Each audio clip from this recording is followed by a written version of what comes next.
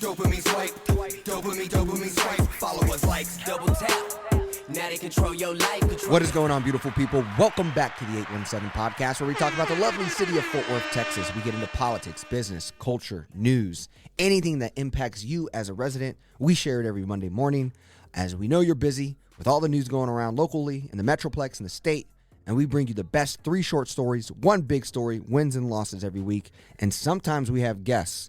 But today, we are back to the daily original program where it's me and Ann solo for the next 50 minutes. How goes it? It goes very well. We skipped a week. So we've been sitting here perusing all of the news and articles that have come out in the last 2 weeks instead of just 1 week. Oh, yeah. And really trying to narrow things down because there's been a lot going on. Yeah, and not seeing you for 2 weeks feels like a lifetime. Well, we sat here for an hour talking about stuff that didn't really get us going on what we were going to talk about on the podcast. Yes. So I do think we probably need to check in weekly, even if we aren't able to record a podcast. Yeah, just to make sure we're both well and alive and just doing good.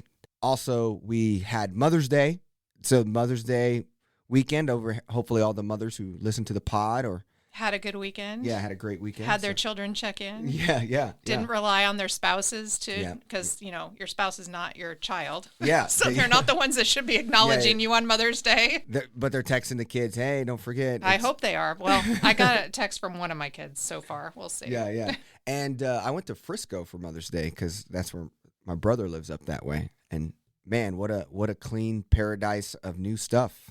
I know you were mentioning that, and I actually had a presentation from a local economic development person last week who was speaking to the amounts of money that are available for different communities because of the way that they, split their sales tax and all of that, and came to find out that Frisco has an incredibly large economic development budget because they don't put any money towards a CCPD or towards transportation. Yeah. And it's like $51 million, EJ. So it's no wonder that they're blowing and going on the economic development side of things. Yeah, just right when you start leaving Fort Worth, like especially in the center where we live, it's like the loop doesn't feel like that vibey. And then you get out into the burbs and I see different restaurants I've never heard of. And I'm like, what are all these new restaurants? Are they chains? Yeah, most likely. Yeah. I mean, everything, people like chains out there, Some people do. Not really a fan. Yeah, I know. But our local guys, we got to keep them going. That's right. It's sad. Alrighty, so we're actually going to only have 2 stories today, short stories, because the transportation kind of update on rail. The mayor had an initiative. There's just a lot going on there. So Ann's going to lead us through all that on the second story. The big story is going to be we had the May 4th election. So we have a lot to talk about there and the sadness that happened, of the results there, and remind everyone about May 28th runoff election. And then we're going to end with wins and losses. So short story number 1 is we have been talking a ton about the commissioner and the county. And I mean, really, since I feel like Bud came on, he just kind of said those comments, gave us the breadcrumbs, and it has led to us talking about county cronyism. And maybe we're paying more attention because he said that thing he said about counties were set up to be, ill-managed. Yeah. So now we're like, well, maybe somebody should be paying attention. Yeah. And then it just led, where Elisa Simmons came on, and then all these, maybe the journalists were listening, and I feel like the stories were coming out about the $10,000 fee, the $5,000 fee, the Manny Ramirez stuff. So a lot has gone on in the county. So we're going to do a county highlight because on May 7th, it had to be one of the largest county commissioner meetings in a long time. They had 2 overflow rooms. That is nuts. 2 overflow rooms. And I remember O'Hare not even knowing where they were. He's like, isn't one over there? He's like, yeah, they're in the big one too. Like, I guess like there's a big, so it was a huge meeting, 7 hours long. And both people coming to support Commissioner Simmons was there, but there was also supporters of Tim O'Hare. So we just wanted to really highlight the difference there. And we both have to confess that we listened to the entire thing. Yes. You and I separately, without even having conferred on it, watched the entire meeting. Yeah, 7-8 hours. And that's what I did when I was on a plane. So and maybe you, I don't know, coming back from Houston, I don't know when you did it, but definitely, yeah. So what was your take on it? What's your kind of take on where we are today as a county? Well, I'm glad that more people are paying attention. I think that I heard several times from former people who served on that body that they hadn't quite been discovered by the folks that had discovered city council meetings and were showing up and monitoring every move that the city was making. It seems pretty clear that that is no longer the case, that there are quite a few people coming and paying attention to these meetings. And there was a lot of topics covered in this meeting on the 7th because it all kind of, that many people being there arose out of a previous meeting where there were some words exchanged between the county judge and Commissioner Simmons, where he told her to sit down and be quiet. So a lot of folks were unhappy with that language and that treatment. And so a large number of people showed up at this meeting to express their concerns about that. And some people's take was that he had just been upholding the rules of decorum. I think that is a huge stretch. You can uphold the rule. I've watched many people who have to run meetings from, all the mayors that run the city council meetings to, other judges previous to this one. And I have never seen anybody do that. So, I mean, I know you can get frustrated, but that did not seem just like regular rules of decorum to me. Yeah, and that was where, a lot of people were standing up talking about how you now have woke up the Black community and Black women for county elections, and basically we are campaigning. And what was really powerful is I felt like a lot of it was the Arlington community. Because that's where Commissioner Simmons represents. But it seems really exciting. How does that energy then collides with the Fort Worth Black community, who's also, I feel like the common people I see that supports the Black community in Fort Worth, I didn't see them necessarily speaking as much as I saw the Arlington people. But it just seems like that alliance, kind of the Avengers in a way, coming together, could really happen. Based off of this. But I also want to make sure we were also surprised that Sheriff Wayborn wasn't there. Yeah, because there's been 2 additional deaths in the jail. And very young people. Yeah, very young people. And no release of any video yet.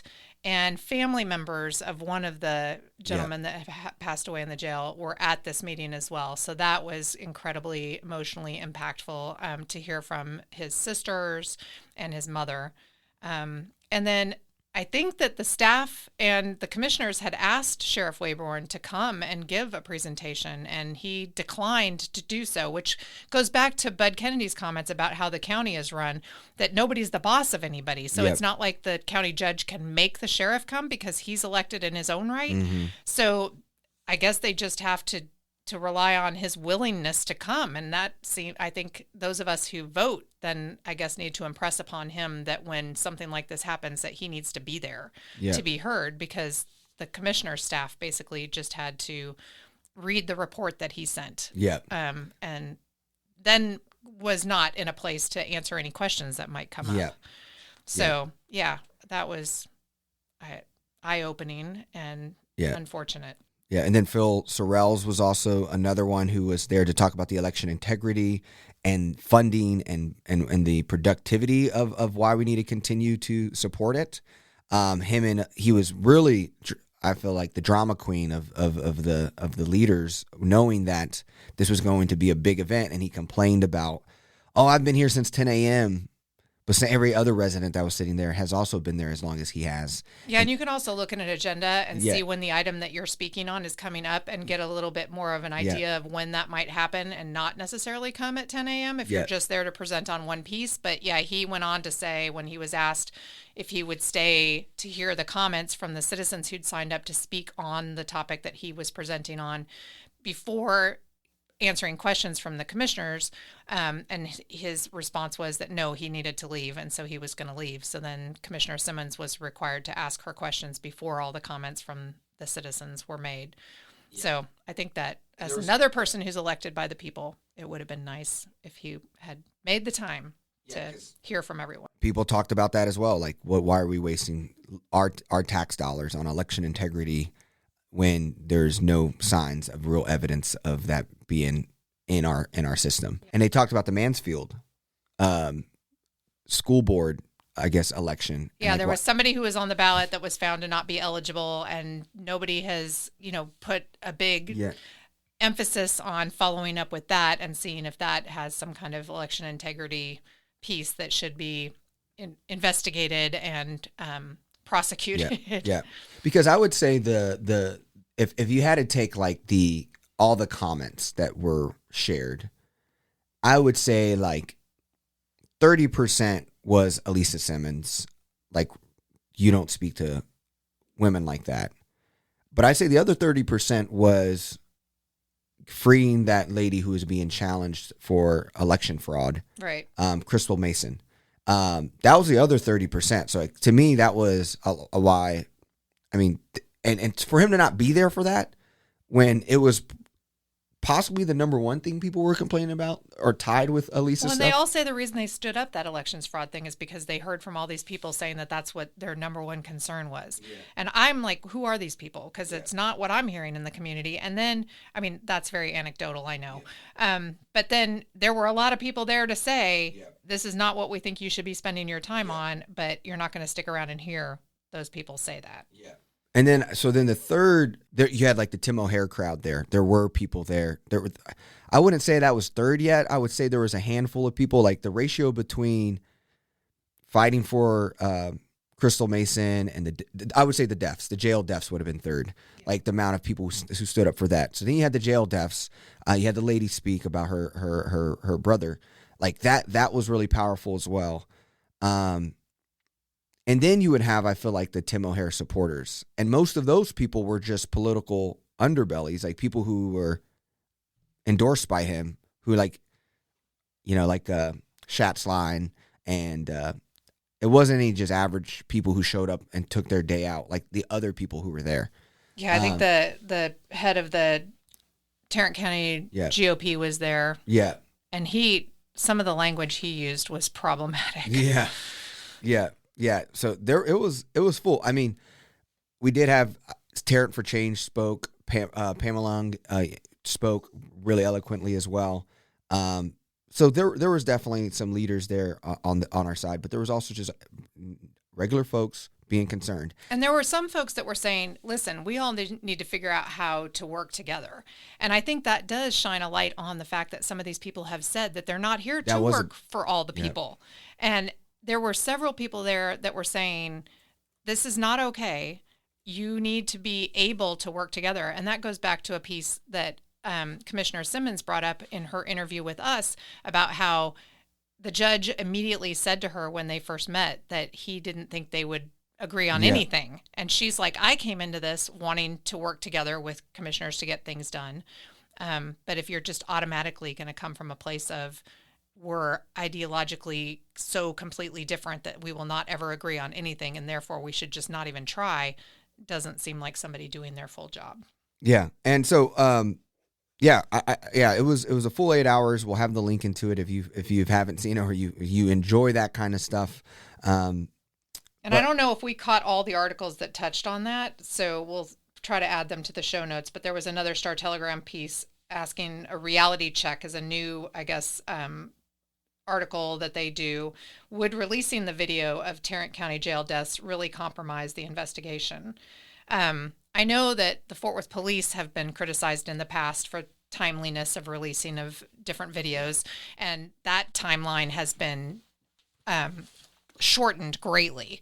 The current chief has released a lot of videos very quickly in the last couple of items that have come up that people have had questions about and wanted to see those. I think it was just the comments from the family saying that they heard on the news information and didn't have any more information than those of us who just read the paper was just ridiculous. And it's the whole tax dollars, right? Like that goes back to these are our tax dollars funding the jail systems for us to not have access to the videos or the things that we need to make a better decision on the quality of the things we're investing in. That's just basic makes sense for people. The other part that this was, I would say maybe like 2 people talked about this, but they're worried about the donations that came to Manny Ramirez. Medad Moyetti, the developer who will benefit from the recently approved public improvement district on Bonds Ranch Road, donated $25,000 to Ramirez late last year, a couple months after he gave County Judge Tim O'Hare $10,000. The improvement district is in Ramirez's precinct. And it looks like, am I wrong, but it looks like they finalized the purchase of the land April 9th, and they approved what would you say that was like approved? Like a tax? A public improvement district. Yes. Okay. So, and it seems to be like for it allows development deal to occur in an area that doesn't already have the infrastructure to support that development. Yeah. And so on the one hand, as a planner, I'm glad to see, and that was one of Commissioner Ramirez's comments, is that we're trying to get out ahead and have roads and things for this development before all the houses get built. But in my mind, it still continues to basically incentivize sprawled development. It's not delivering all of the infrastructure, and the taxes collected from that is not going to pay for all the necessary infrastructure. And then you're going to end up with a bunch of people living out in an area without all the things that they want, upset, and then calling on their elected officials to provide that. Yeah. But to the piece about, receiving a campaign contribution and then making, decisions about things, I think those kind of questions and those kind of accusations are common. Yeah. And I think that the way our elections run, that's what people do. You would hope that the folks making the decisions would look at all of the information and make those decisions based on sound planning principles, in my case, and not be swayed by that. I had people accuse me of being supported by developers who then went on to do development. And for the most part, I was not looking at campaign contributions and then looking at who was before me to do these developments. But $35,000 is a huge contribution. I don't think I ever received that from any single person.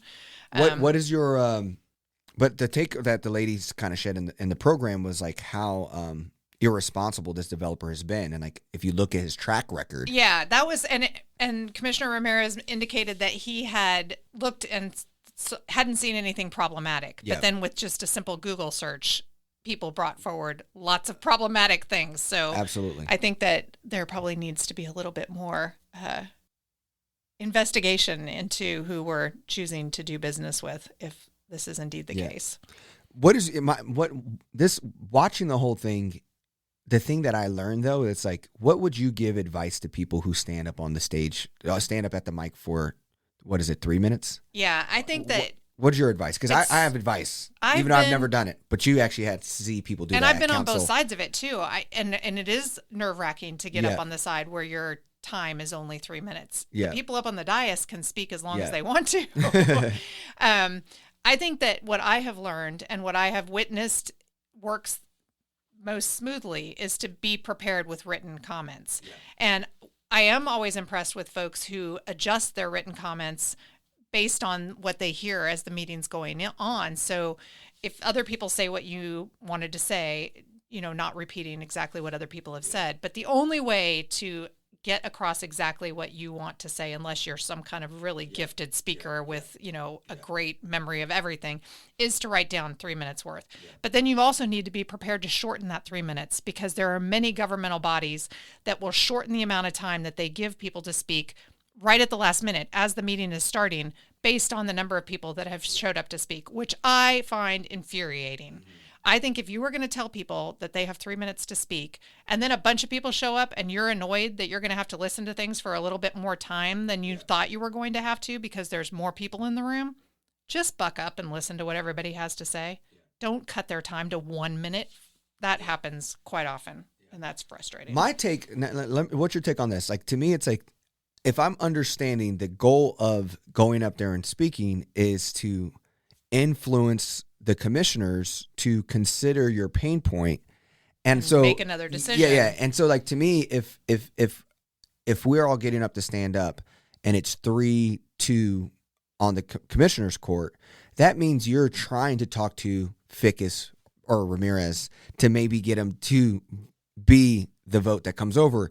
And so when you do that, I feel like wearing shirts that is for your, like, that's like everybody wearing the same colored shirt and getting a group of people together. And like, or it's just like, I just think like in this situation, your customer is the person you're trying to get to buy in is a person who you disagree with and they disagree. So the ones that work for me is the ones who are like the people who are very like respectful, but like then also very like they're not like coming there to like endorse their thing, and they're trying to just like have a little bit more reason in it. And I think like that's like to me the challenging part of, I don't know, you look subjective when you are wearing a shirt or like a thing for the one side, regardless of what side you're on.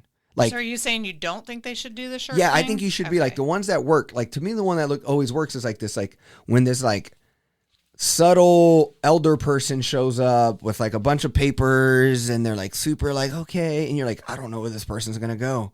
And then like, bam, they just go and just drop it like it's hot. And I'm like, whoa, this is so good. And like, I feel like that makes the move. But it's like, I think that's the thing. Like, I think we should be more thoughtful of is like to really, cause you're trying to move someone who is nothing like you, or like not nothing like you, but doesn't politically agree with you. And so coming there very political, it's funny because doesn't sway them. I agree with that. I would not want to tell anyone to hold back on their emotions for things that are very emotional. 100%. And I understand the more activist way of approaching an elected body. And I think that is necessary. Yeah. But that I had to be kind of convinced of that, having been on the receiving end of that and feeling pretty much what you just described, that when someone comes in and remains calm and rationally puts forward their points and is not name calling and, threatening to get you unelected in the next election and all that kind of stuff, is much easier to take. But I'm not sitting here telling people that they should not have to take the harder stuff that comes at them too, because I think that is part of the process. And I don't think that people shouldn't be asked to not show emotion about topics that are of life and death for some of these people in this case. I totally agree. That I mean, the families that showed up for that, like you have been, if you've been jaded and you need to amplify. But to me, that audience in that situation, you're amplifying everyone in the room to know the pain point that you have as a family member to something. Like you're getting everyone else in that room to learn something. But when it comes to a vote, I've heard elected officials say about being confronted in that way that you described, that's much more emotional and name calling and all that they're just shutting down. They're not going to listen to anything that. And that's what Jim Riddlesberger said, right? He was like, "Hey, if you call somebody something, you just lost, right? Like if you're going to come up to me and say, give me feedback on the podcast, and your first feedback is you're an anarchist or whatever, and I'm like, yo, bro, like, okay, calm down, like, okay, I'm not going to listen to you anymore. But like, hey, I notice you're really passionate about X, but have you ever thought about that in this way, from this lens? I'm like, oh, I am very passionate about that, and no, I never thought about it that way. Thanks for that feedback. And that's where I think like we got to like kind of dice that for, especially, I don't think Ficus knows what's going on, but for like a Ramirez, a young guy, he is a minority. I mean, he has young kids. Like, I think there's a way to like, I think there's a way where he gives me some type of chance to not be as, I don't know. Like, I just feel like he's been in Fort Worth long enough where I feel like if there's any hope to make a move, it's going to have to be him and not just banking on Ficus making the wrong decision because he's old. I would hope that anybody in elected office would be willing to listen to what anybody has to say. Even the people who show up and are really angry and, resort to that name calling stuff, they sometimes say things that are factual and that need to be addressed. And so if a elected body gets to a point where they just refuse to hear the people that are doing things that way, then they're going to miss out on a lot of stuff that they should be taking note of and maybe changing.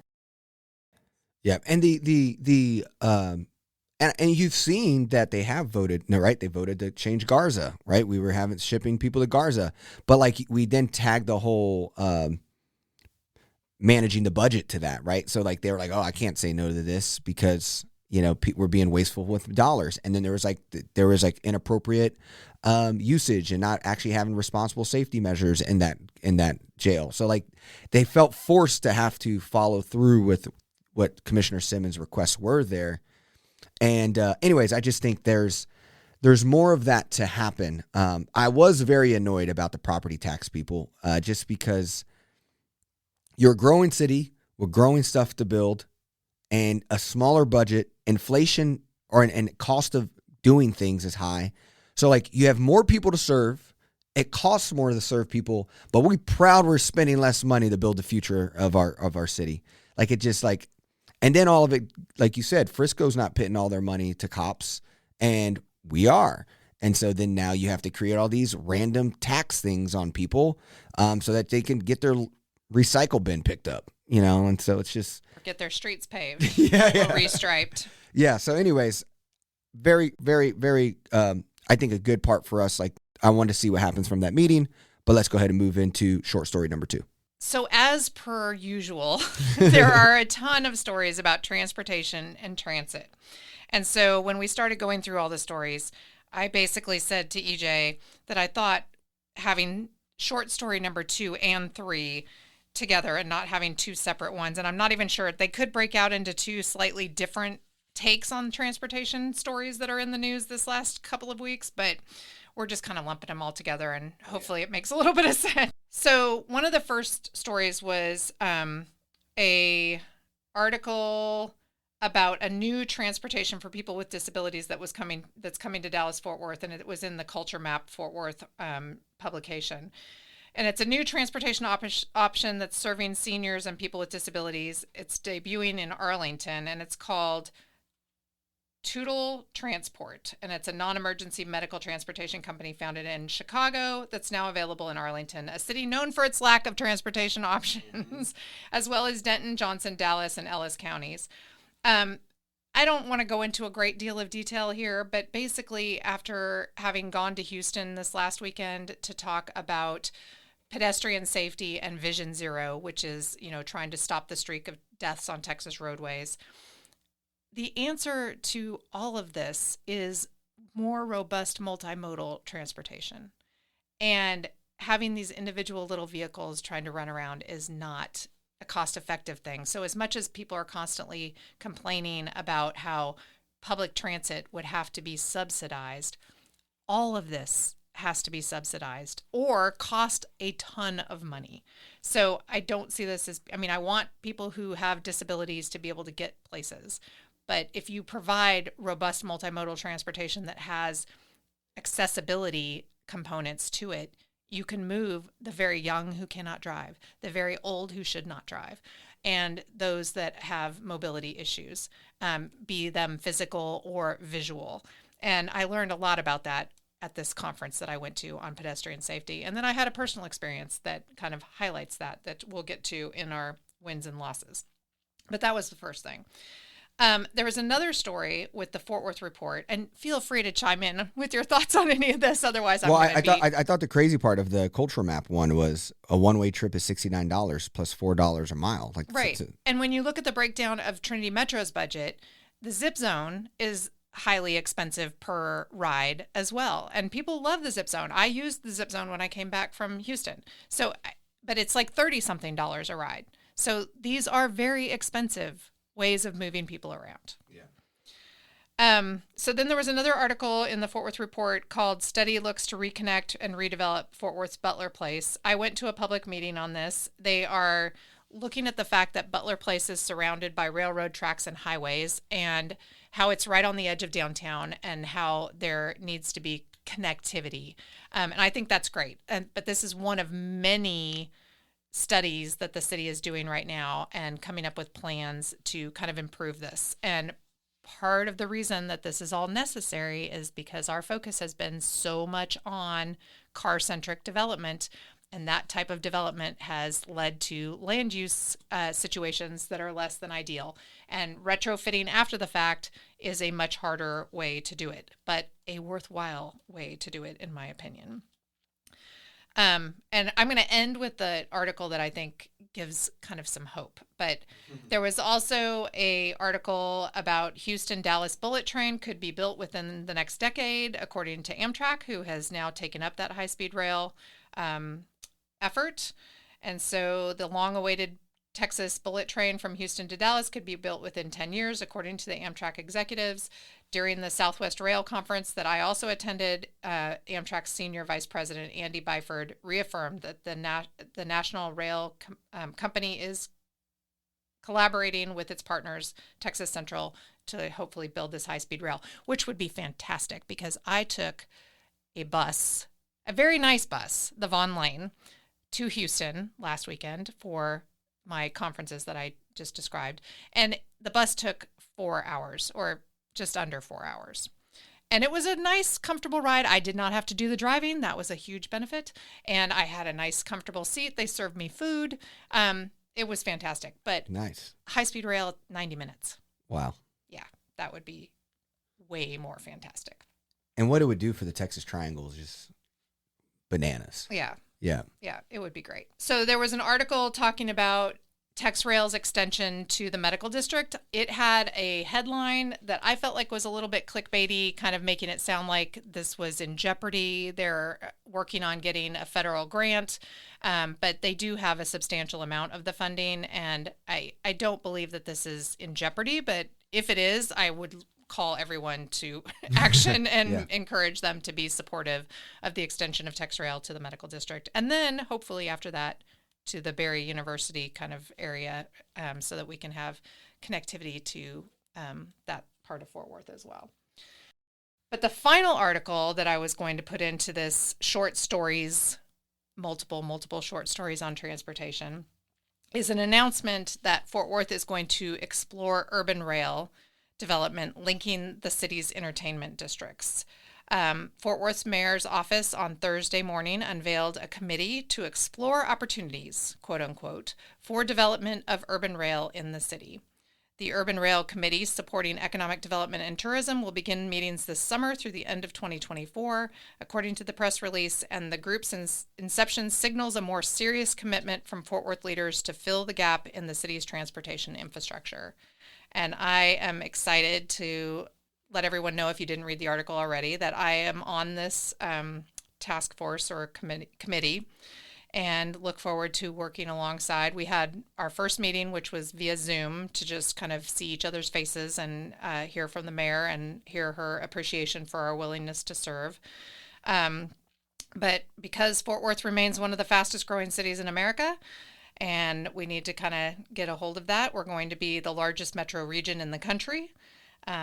And with that growth comes a lot of challenges and opportunities. And I saw a lot of people responding in the comments to various sharings of this article. Many people who have kind of hoped for this type of development to occur for many, many years, having a little bit of a lack of belief that this is going to lead to what those of us who support, more fixed rail options hope to see in our city, that it's actually going to happen, and lamenting back to decisions that have been made in the past, where we didn't get streetcars and gave up $25 million that went to Dallas and got them streetcar infrastructure, and basically saying, I'll believe it when I see it. And I just, my hesitation to respond to every single one of those comments, I can respond now in general to all of them. And that is, we all have been disappointed by decisions in the past that didn't lead to things that we thought should happen.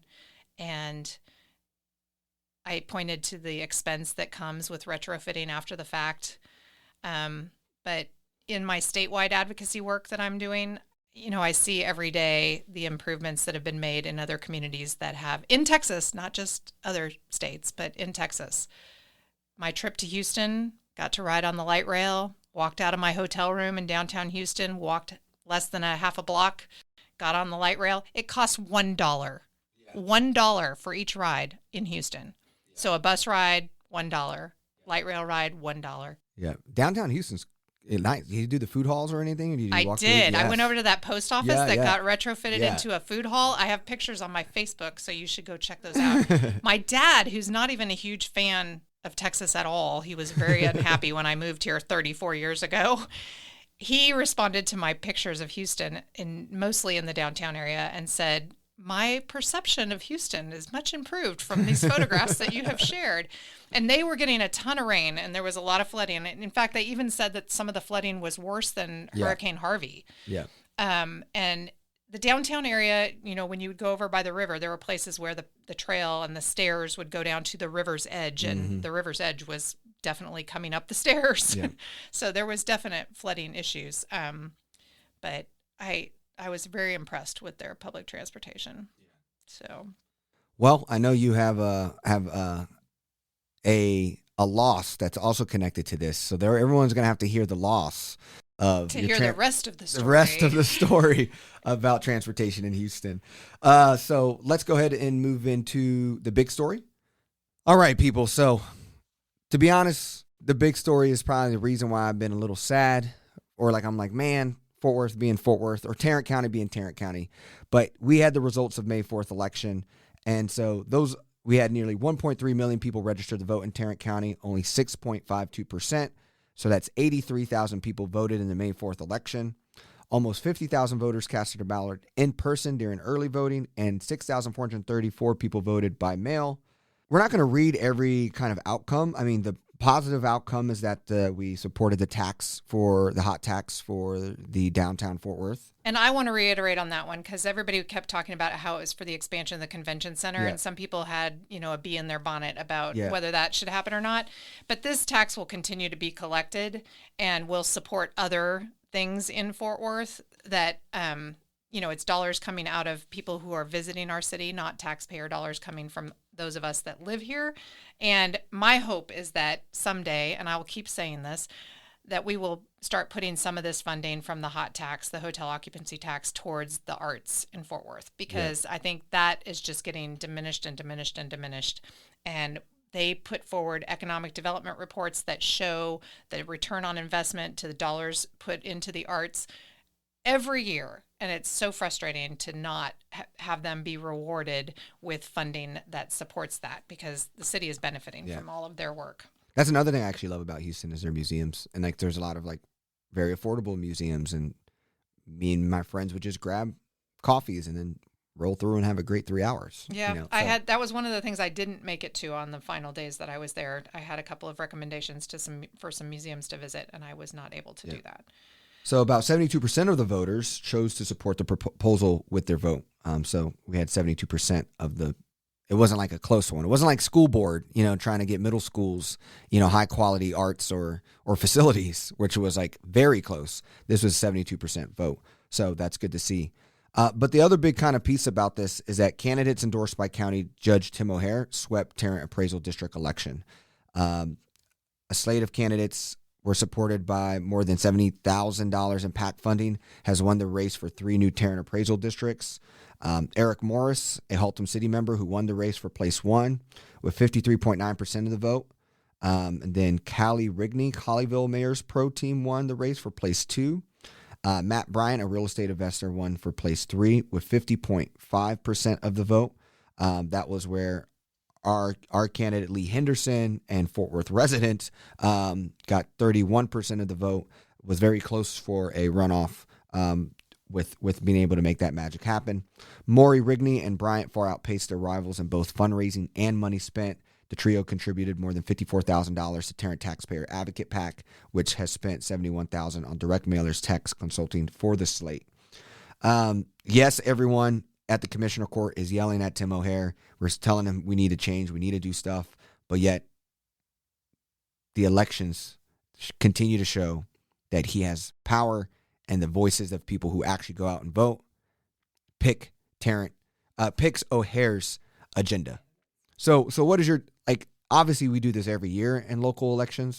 This is what it's like in local elections. Is if it's not a national election, we're not going to come close. I mean, in Fort Worth, we didn't have any mayor and council this year because that's the off year for that. So it's the municipal elections that probably would have hopefully gotten a little bit more attention if we'd had a few more things on the ballot. I mean, literally our ballot was Prop A, the hotel occupancy tax, and the 3 candidates for the Tarrant County appraisal. But there were people, this article points out, who didn't even realize it was election day until day of. Yeah. Thankfully, they realized that and then went and voted. But it's abysmal, the amount of people who don't vote. that when 1.3 million people could make this decision, 83,000 people are making this decision for all of us. Yeah. And, you and I were also talking through some of the results of some of the surrounding communities' elections and how we hadn't really paid as much of attention there.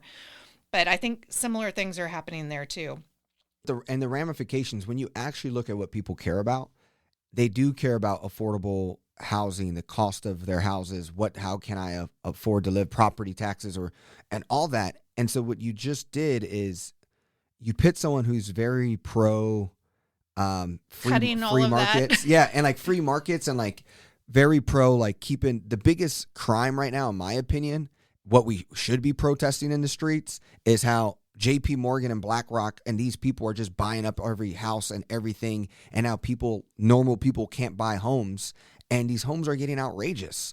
And now you have a group of people who have clearly show that these people who fund, who turn homes into investment portfolios are now buddy-buddy with these people. And now all the people who are deciding on TAD agree in that same value. And so bringing housing back to families and people where it was a place where you were going to compete with other families for a house. I mean, people are talking about in my little neighborhood, cash buyouts for our houses and our areas. And it's just this is, to me, one of our top 3 issues in the country is the exploitation of housing. You're no longer building single family homes. It's not even close of that. Like, why buy a single family home when I can build hotel apartments and you're going to pay $2,000 in rent for the rest of your life? That's, to me, the problem with this whole thing is like, when this happens is like, no one's going to fix the long-term or challenge the system of how real estate development is just focusing on maximizing profit than maximizing the high quality living for people. And then, I think a lot of it is just this aversion to taxes. I mean, the county toots its horn about lowering the amount of money it's spending. The city lowers the tax rate every year. And then we get caught up in these conversations about how to fund things, when literally the only way for the government to do it, which you hear people all the time saying that they want the government to do more things, but then you hear people saying they don't want the government to do anything at all. And those are people who have the wherewithal to do everything themselves. Like, they can go and pay out of pocket for stuff and support themselves just fine without that safety net. But I think that those of us who believe there should be a safety net and believe in it's more economical to do these things for everybody, some of these things like delivering transportation and delivering healthcare, all of those things work better if they're done for everybody instead of people falling through the cracks and then being extremely expensive because we have to handle this emergency. And I saw a survey in Axios.com of 1,250 U.S. college students from May 3rd to May 6th, and it said issues college students say are most important to them. It was 40% said healthcare reform. That's another, the healthcare insurance scam. Anything where it's like, that's a scam. Education funding and access. The third one was economic fairness. Economic fairness and opportunity, 37%. So it's like, it's so crazy to me. Like, I have to tell all of my friends, I'm sorry, but this idea that you were once going to be able to buy a big house is not something that's possible for you. Your big house is just the fact that you can buy a house. Like, if you can buy a house, you are now like in the tier where your parents were able to buy the big house with the big yard, with the white fence. You don't get that. That's not even an option for you anymore. Just give that up. But if you can own anything, congratulations. Congratulations.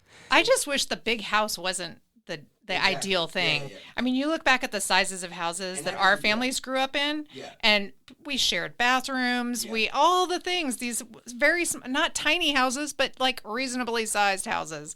And we didn't have all this separation. You know what? Those big houses are almost the same as like suburban sprawl. Yeah, exactly. And you have that division of community in your very own house. Yeah. And then, but you're correct there that the bonus is it's making people realize the reality that these big houses are no longer a real thing. Because the other thing is we got to stop telling people that 30 to 40% of their income should go to their houses. Like that is business people telling you that's what people should do. Don't like, no. Well, I think I already told you the story about when we were house hunting and the bank told us how much bigger of a house we could buy. And I was looking at my husband like, wait, what? Because that was not the budget he had said we were going to stay within. And he was smart. That, that was a smart thing to do. You don't go buy everything the bank tells you can buy. We're getting off topic in the sense of this was about the election, the results, why people should vote, why people don't vote. So going into May 28th, we have May 28th. Yeah, you can up. can redeem yourselves. Yeah, exactly. People. we all can make this happen. These are the Fort Worth area primary races heading to a runoff. This is a Star Telegram article we've talked about. You have Congressional District 12, Republican state Craig Goldman is going against. This is to me the exciting one of the runoff. John O'Shea. I mean, you're seeing a ton of crazy campaign signage around Tarrant County for this.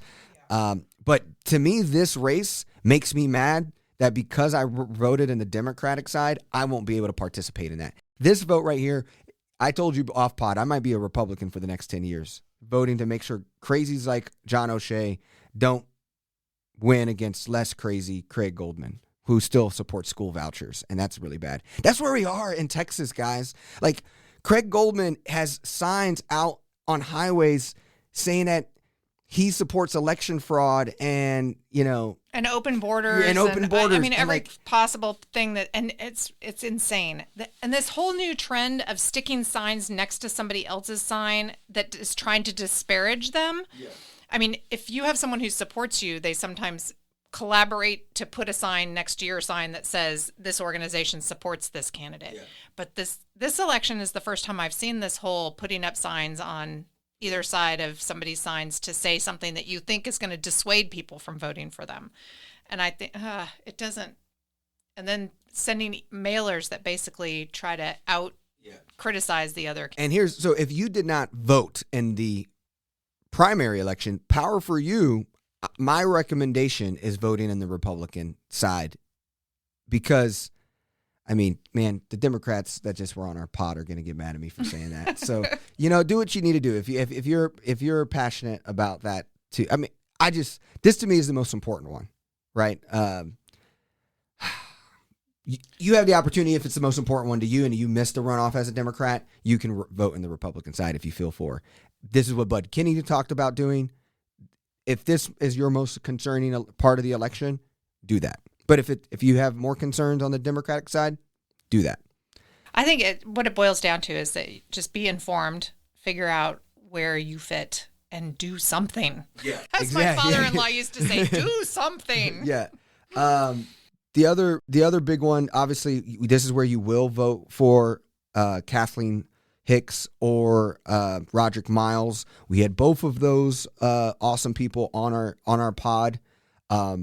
I'm interested to see where that goes. I mean, that's going to be an interesting one. So we'll see where that goes. And it's really could you imagine if county politic elections like TAD was going on when this is happening in Democrats, some Democrats. Yeah, there's no, they can't combine those things. Yeah. There's rules about how far apart in days that these different types of elections have to be. And I think that leads to more voter suppression basically, because people feel overwhelmed with what they need to know about and nobody wants to feel dumb. And so they just choose not to because they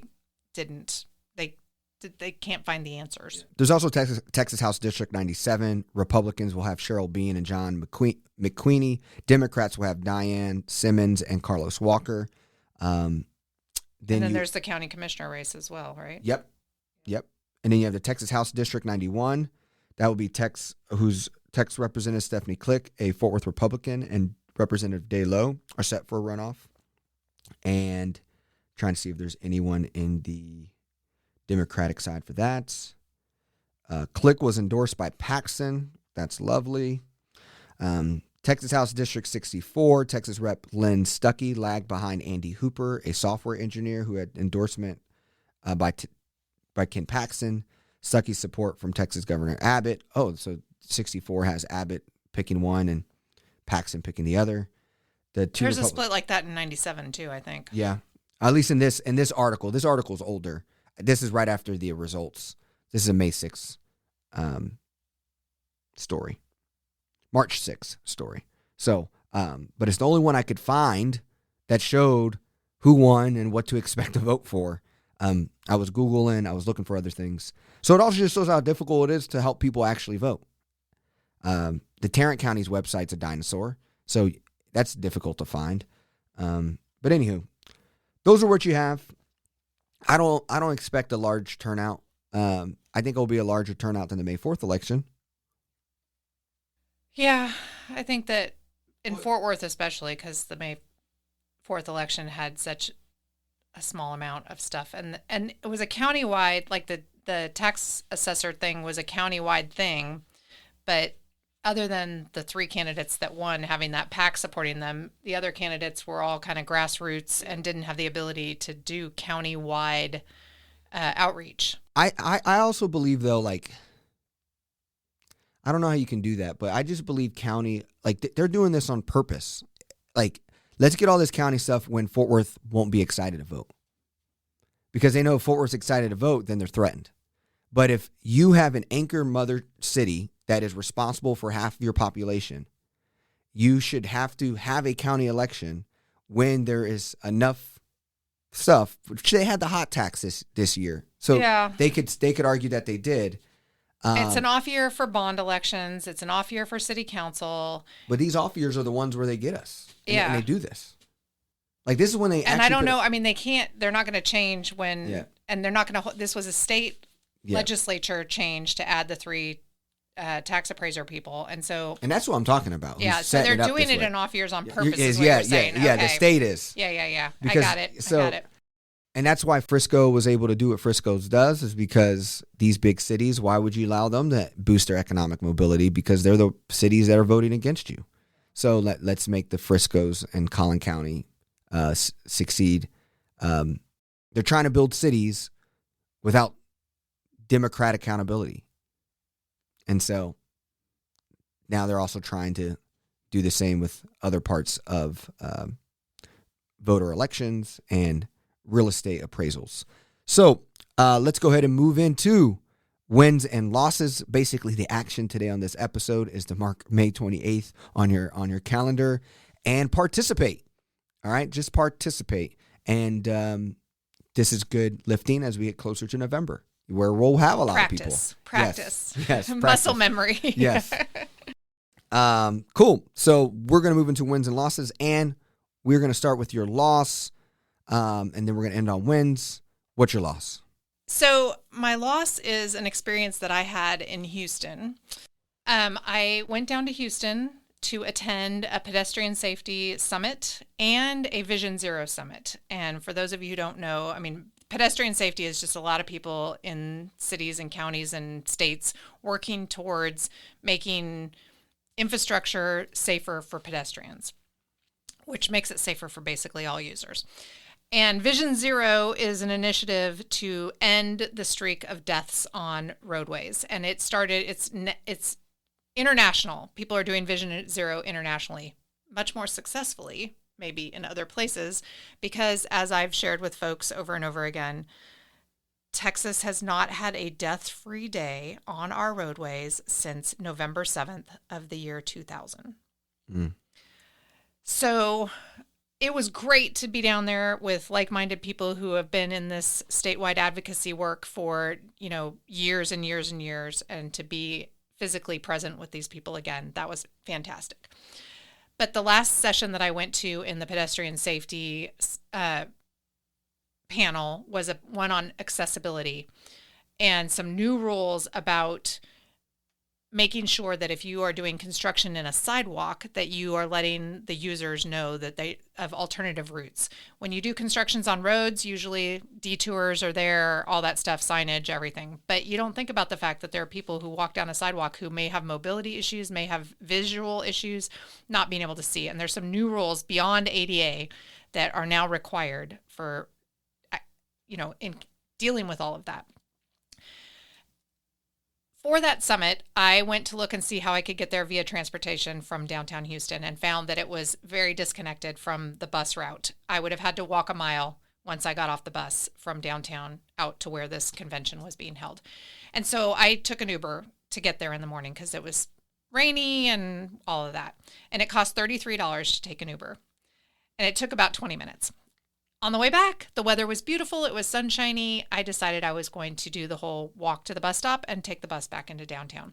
And so I did that. And I found the perfect example of where detours and such for people walking were not provided. There was construction. I crossed over a highway where on the other side of the highway, on the frontage road on that side, there were no sidewalks. And so I had to go back across the highway to go down to the next intersection to go across where there was going to be a sidewalk, but then promptly walked into a neighborhood of very nice homes where there was no sidewalk. And there was construction going on that roadway. And there were bar ditches. And I was walking kind of in the edge of a new right-hand turn lane that was being constructed. Cars were coming at me. And I will admit, trying to take some pictures of what was happening around me to document this, and ended up tripping and falling and banging my knee to the point of scraping it and banging my wrist. And I ended up with bruises on my right knee and my right wrist and my left elbow. And She's in a full body cast, guys. no, You can't see I'm her. fine now. I'm totally fine. But it was embarrassing. I have no idea. I can't imagine what it would have looked like if somebody had caught it on video. I'm sure I was flailing about like just a scarecrow. Some or dude was something. honking at you. Get out the way. Nobody honked at me, thank God. But nobody stopped either, and a police officer drove right by me right as it happened. I was looked up and saw a police officer driving by. Nobody stopped. He has to prioritize getting people tickets. There so, you go. know, Maybe. so. I don't know. Anyway, I made it to the bus stop, and I got on the bus, and the bus ride itself was fantastic. But it was quite an experience because I was riding a express bus on the Katy Freeway, which is the widest freeway in the world, is my understanding. Yeah.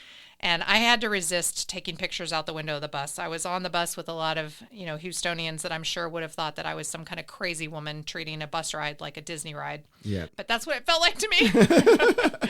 So anyway, well, I'm glad that was my loss, falling in some not so pedestrian friendly infrastructure in Houston. Although I met a county commissioner the next day at the Vision Zero conference, and she and her staff were on it.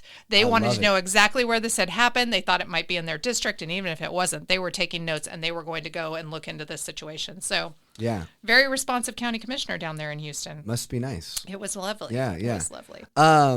My loss is actually it's me more of a loss of the way I look at doing this podcast and the way I look at my like political views is I try to focus on what is the thing that is most like helpful for me to get to the outcome that I'm trying to get to. And so I am willing to vote in Republican elections to improve that the things I don't want to happen, the things I do want to happen, do happen.